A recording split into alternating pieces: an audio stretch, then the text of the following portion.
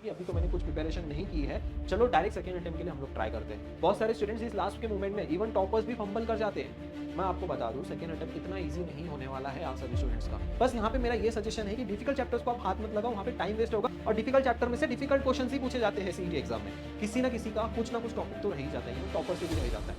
Hi everyone, this is Sameer. आज से 10 दिन के बाद सीईटी का एग्जाम स्टार्ट होने जा रहा है। आई नो इस मोमेंट पे बहुत सारे स्टूडेंट्स ने ऑलरेडी हार भी मान ली होगी, गिव अप भी कर दिया होगा, जस्ट बिकॉज कि उनके पास सेकेंड अटेम्प्ट का चांस है।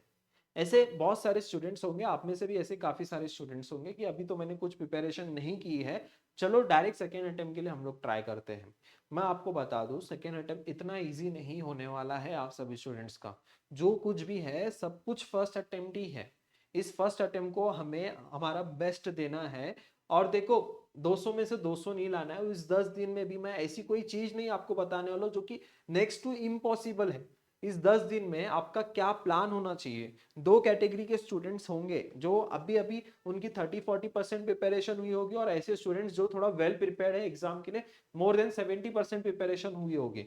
तो दोनों कैटेगरी स्टूडेंट्स के लिए लास्ट 10 दिन का क्या प्लान होना चाहिए। बहुत सारे स्टूडेंट्स इस लास्ट के मोमेंट में इवन टॉपर्स भी फंबल कर जाते हैं, जिनकी बहुत अच्छी प्रिपरेशन हुई रखी है और जिनका सिलेबस भी कंप्लीट हो रखा हुआ है, जिनका रिवीजन भी अच्छे से चल रहा है, तो भी स्टूडेंट्स का स्कोर नहीं आ पाता है सीईटी एग्जाम में।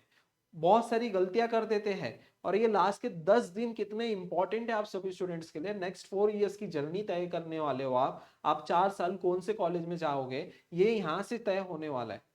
चलो आज इस वीडियो में मैं आपको पूरे 10 दिन का पूरा कंप्लीट टाइम टेबल बताने वाला हूँ। दोनों category, category A and category B, जिनकी थोड़ी प्रिपरेशन हुई है और जिनकी बहुत अच्छी प्रिपरेशन हुई है, सब कुछ उन दोनों के लिए लास्ट के 10 दिन का क्या प्लान होगा।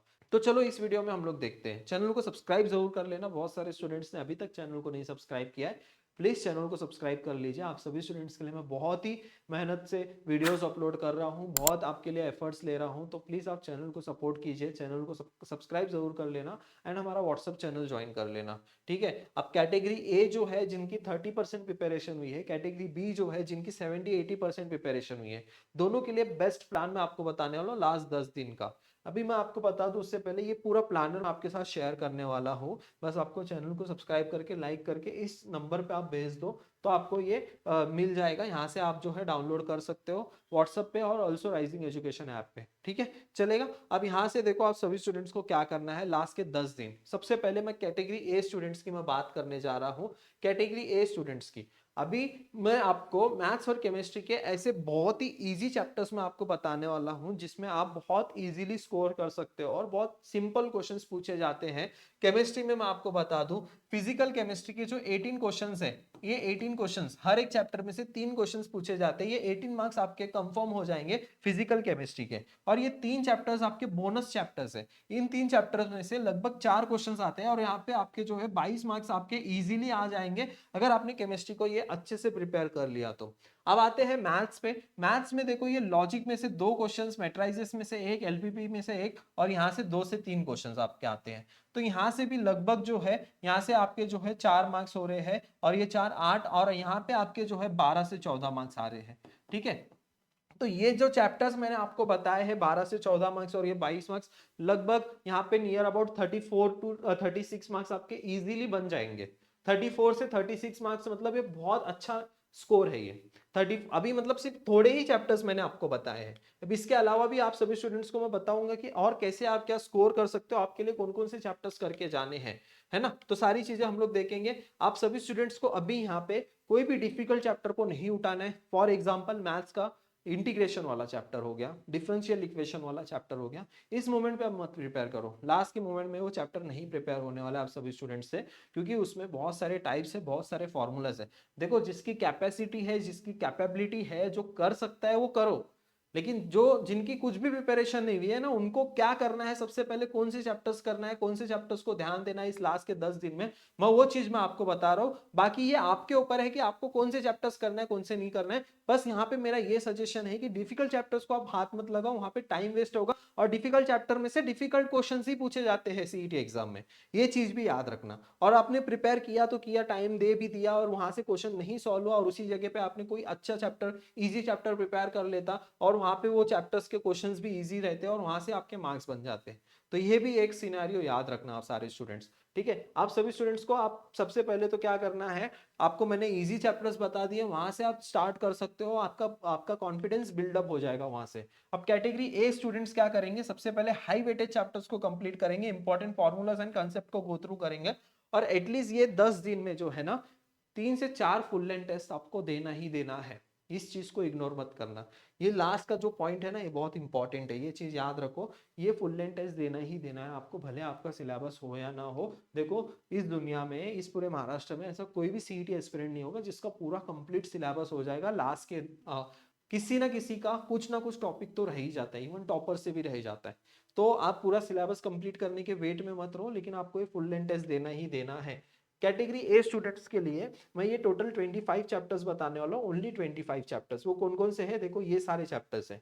ये सारे चैप्टर्स के आपको पीवाईक्यूज को सॉल्व करना है, एमसीक्यूज को सॉल्व करना है, और एमसीक्यूज ऐसे सॉल्व करना है जो लास्ट ईयर क्वेश्चंस पूछे गए हैं, 2025 में जो क्वेश्चंस आए हुए हैं वो क्वेश्चंस को आपको सॉल्व करना है। मैंने बहुत सारे वीडियोस में ये चीज रिपीट की है। अभी इस लास्ट मोमेंट में सिर्फ और सिर्फ पीवाईक्यूज ही आपको बचा सकता है। लास्ट मोमेंट में आपको ये पता होना चाहिए कि चलो फॉर एग्जांपल आप वेक्टर चैप्टर प्रिपेयर कर रहे हो, रैंडमली कहीं के भी आप वीडियोस देख रहे हो, रैंडमली आप कहीं के भी क्वेश्चंस को सॉल्व कर रहे हो, और कोई भी बुक में से क्वेश्चन सॉल्व कर रहे हो, तो आपका वेक्टर चैप्टर नहीं प्रिपेयर होने वाला है। आप एकदम वो इमेजिनेशन में मत रहना कि मेरा वेक्टर चैप्टर प्रिपेयर हो गया, मेरे वहां 10 से 12 मार्क्स कंफर्म हो जाएंगे। आपके 10 से 12 मार्क्स कब कंफर्म होंगे पता है, जब आप 2025 के 15 शिफ्ट के पेपर्स के वेक्टर्स के क्वेश्चंस आप सॉल्व करोगे, तब जाके आपके वो 10 से 12 मार्क्स कंफर्म हो जाएंगे। तो आप सभी स्टूडेंट्स को क्या करना है, 2025 में 2250 क्वेश्चंस इतने आए थे। अब इसमें से सिर्फ 25 चैप्टर्स के करने हैं। 25 चैप्टर से ज्यादा 1200-1300 क्वेश्चंस होंगे। वो 1200-1300 क्वेश्चंस को आपको प्रैक्टिस करना है, अच्छे से प्रैक्टिस करना है, और हमारे पास 10 दिन है, आप कर सकते हो इतना प्रैक्टिस, है ना। तो ये आपको ये 8 chapters, trigonometric, vector, line and plane logic, ये 8 चैप्टर्स आपको मैथ्स में प्रिपेयर करना है।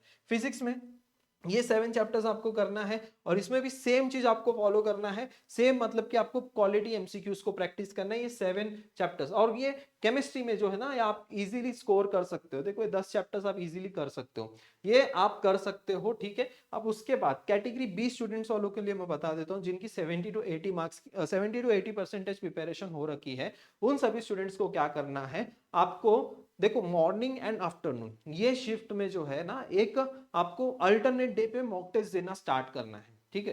क्योंकि देखो आपका मॉर्निंग शिफ्ट भी आ सकता है, आफ्टरनून शिफ्ट भी आ सकता है। जो सीईटी का जो स्टैंडर्ड टाइम है, उसके अकॉर्डिंग आपको फुल लेंथ टेस्ट प्रैक्टिस करना है।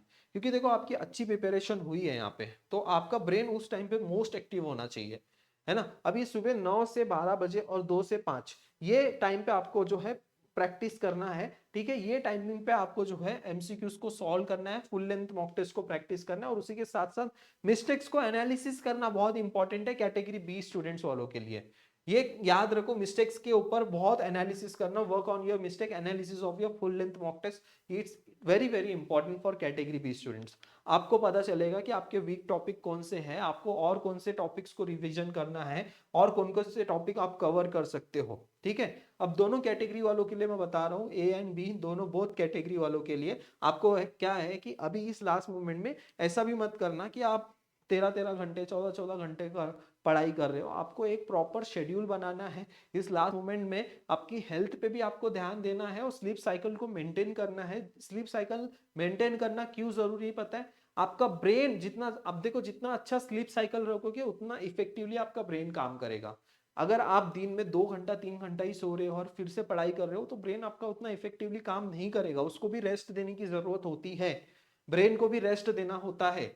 ये चीज याद रखो। तो स्लीप साइकिल मेंटेन रखना इस पूरे लास्ट के 10 दिनों में। आई होप मैंने सारी चीजें आप सभी स्टूडेंट्स को बता दी है। एंड सबसे मोस्ट इंपॉर्टेंट चीज एक और, कि इस लास्ट के 10 दिन में जो 15 शिफ्ट के पेपर्स है, वो 100% देख कर जाना, 100% देख के ही जाना वो सारे पेपर, वो सारे क्वेश्चंस। और वो देखो ये 2225 इतने क्वेश्चंस आप नहीं, आप बस 25 चैप्टर्स कर रहे हो, तो 1200-1300 ही क्वेश्चंस आपको देखना है, और उसमें से आप आराम से अब 100 क्वेश्चंस तो आराम से सॉल्व कर लोगे 150 में से, है ना। तो आपको क्वालिटी एमसीक्यूज सॉल्व करना है। क्वालिटी एमसीक्यूज आपको कहाँ मिलेंगे आप जानते हो, बूस्टर बैच में मिलने वाले। ऐसे माइंड मैप्स आपको मिलने वाले हैं, ये पीसीएम के सारे चैप्टर वाइज के माइंड मैप्स आपको मिलने वाले हैं, और हमारे इस बैच में मिलने वाले हैं। इस बैच का प्राइस क्या है, सिर्फ और सिर्फ 399 है, जो कि अभी ऑफर क्लोज होने वाला है बहुत जल्दी। जो स्टूडेंट इंटरेस्टेड है लास्ट के 10 दिन में भी वो कम बैक कर सकता है और इस लास्ट के 10 दिन में भी ये स्कोर अचीव कर सकता है। आई होप सारी चीजें मैंने आपको एक्सप्लेन कर दी है। कुछ भी अगर आपको डाउट्स है नीचे कमेंट सेक्शन में मुझे पूछ सकते हो। अगर आपको ये पीडीएफ चाहिए तो आप जो है चैनल को सब्सक्राइब कर लेना और नीचे दिए गए नंबर पे आप वो व्हाट्सअप कर देना, आपको ये पीडीएफ भी मिल जाएगा। थैंक यू सो मच, मिलते हैं फिर नेक्स्ट वीडियो में।